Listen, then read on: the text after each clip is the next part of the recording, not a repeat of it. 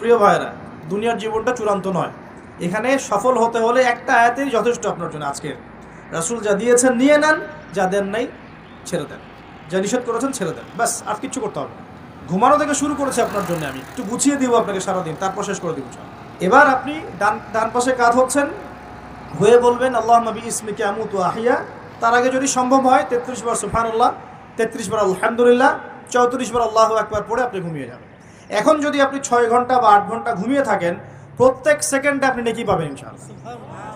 কেন নেকি পাবেন? কারণ আপনি আপনার আদর্শ মতো ঘুমান নাই, আপনি রাসূলুল্লাহ সাল্লাল্লাহু আলাইহি ওয়াসাল্লামের আদর্শ মতো ঘুমিয়েছেন, মুহাম্মদুর রাসূলুল্লাহর উপর আমল করেছেন। মুহাম্মদুর রাসূলুল্লাহ মানে কি? প্রতিটা কাজ করতে হবে কার তরিকায়, এটা বোঝেন।